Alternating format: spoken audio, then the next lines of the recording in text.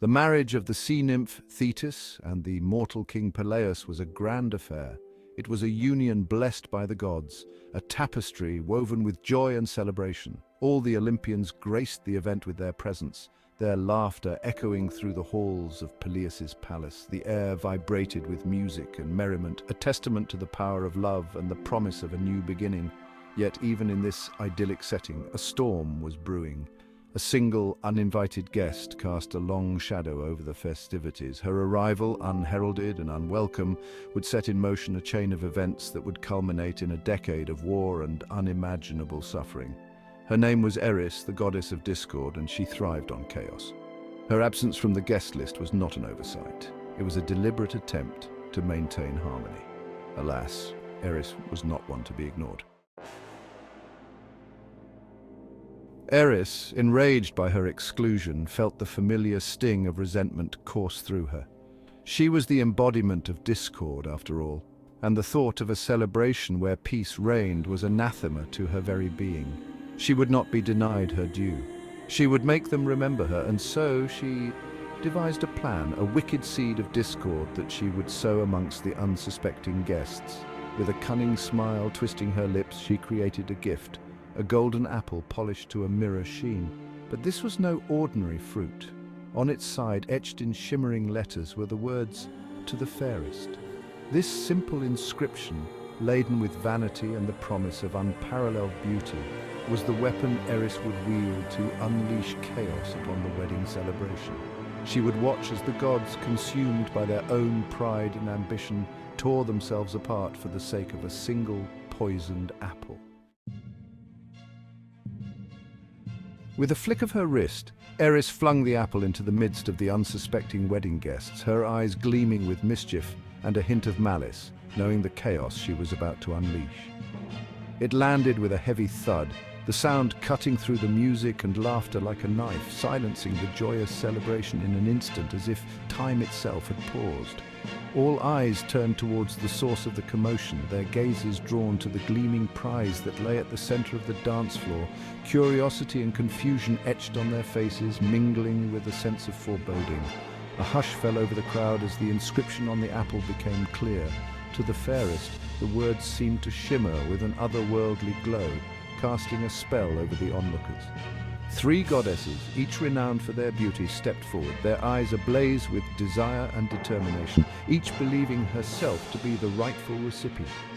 Hera, the queen of the gods, her brow creased with imperious authority, her regal presence commanding attention, her pride unyielding. Athena, the goddess of wisdom and warfare, her gaze as sharp as her spear, her mind already strategizing, calculating her next move. And Aphrodite, the goddess of love and beauty, a sly smile playing on her lips, confident in her allure, certain that her charm would prevail. The other gods watched with bated breath, sensing the shift in the air, the tension mounting with each passing second, aware that this moment would change everything.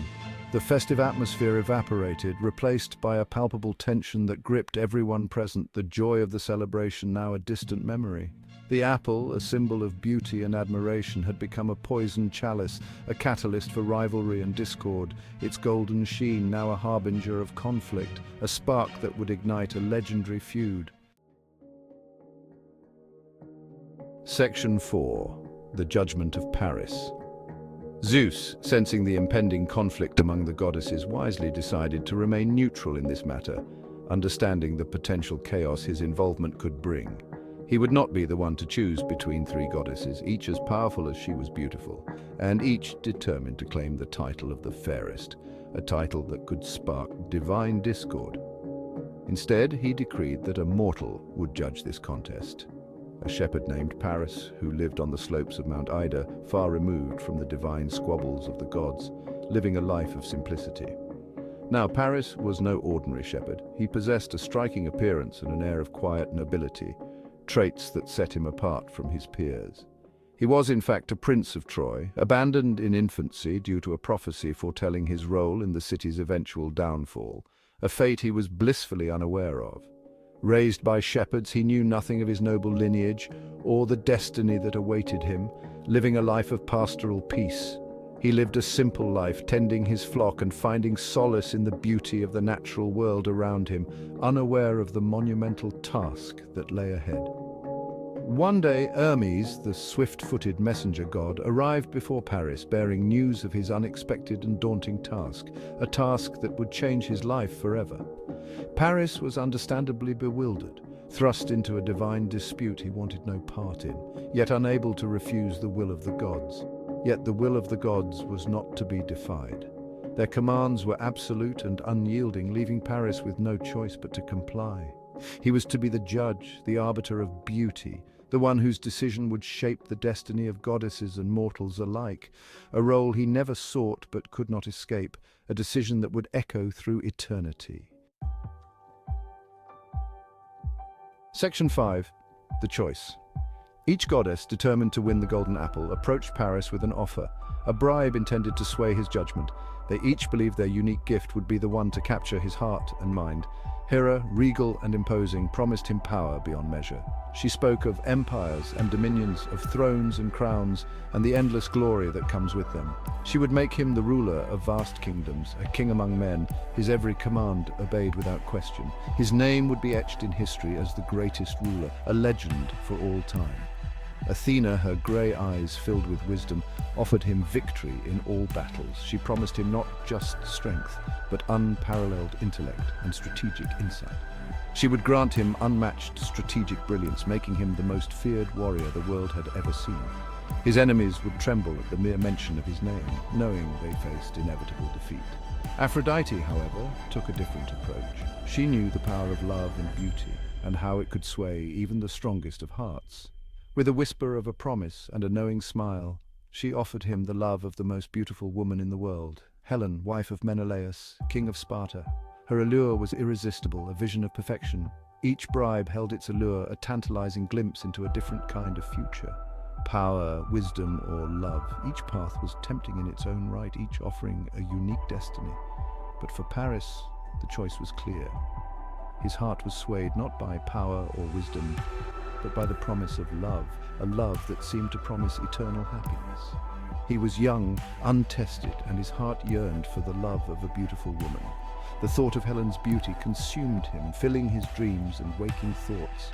And so, with a trembling hand, he offered the golden apple to Aphrodite.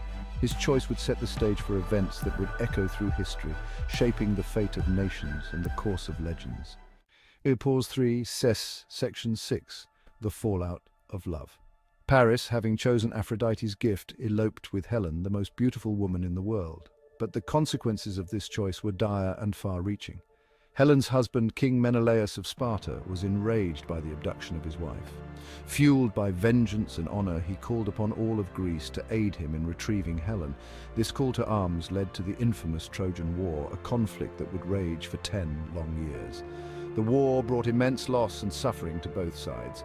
Heroes rose and fell, and countless lives were lost in the pursuit of glory and retribution. Paris, despite his initial success in winning Helen's heart, faced numerous challenges on the battlefield. His bravery and determination were put to the ultimate test. Ultimately, Paris met his demise during the war, a tragic end for the young prince whose heart had been swayed by love. The city of Troy, once a magnificent and proud civilization, was besieged and eventually destroyed. The legendary saga of Paris, Helen, and the Golden Apple came to a devastating conclusion, leaving behind a legacy of love, betrayal, and destruction that would echo through the annals of history.